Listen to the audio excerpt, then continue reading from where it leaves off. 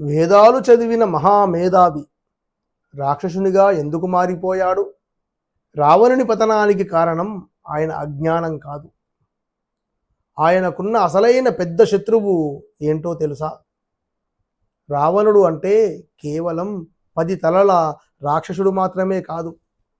ఆయన అద్భుతమైన వేద పండితుడు, అసమానమైన వీణా విద్వాంసుడు, సాక్షాత్తు పరమశివుణ్ణే తన భక్తితో మెప్పించి అప్పటికప్పుడు శివతాండవ స్తోత్రాన్ని సృష్టించిన మహాప్రజ్ఞాశాలి. తన నరాలనే వీణాతంత్రులుగా మార్చి సంగీతాన్ని పండించిన ఆ మేధావి ఒక మహర్షిగా కీర్తించబడాలి. కానీ ఆయనను అమానుషమైన రాక్షసునిగా మార్చింది ఆయనలోని అహంకారం.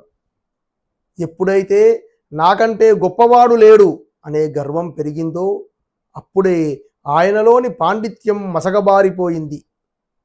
పరస్త్రీపై కలిగిన వ్యామోహం, తన బలమే సర్వస్వం అనే అహం చివరకు ఆ లంకేశ్వరుణ్ణి పతనం దిశగా నడిపించాయి. మన జీవితాల్లో కూడా ఇదే పరమార్థం ఉంది. మన దగ్గర ఎంతటి మేధస్సు ఉన్నా, ఎంతటి సంపద ఉన్నా, వినయం లేకపోతే అది వినాశనానికి దారితీస్తుంది.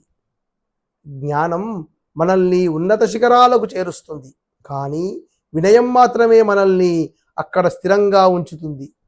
ఇలాంటి మరెన్నో ధర్మ సూక్ష్మాల కోసం హంసవాహిని యూట్యూబ్ ఛానల్ను సబ్స్క్రైబ్ చేయండి. జై శ్రీరామ్.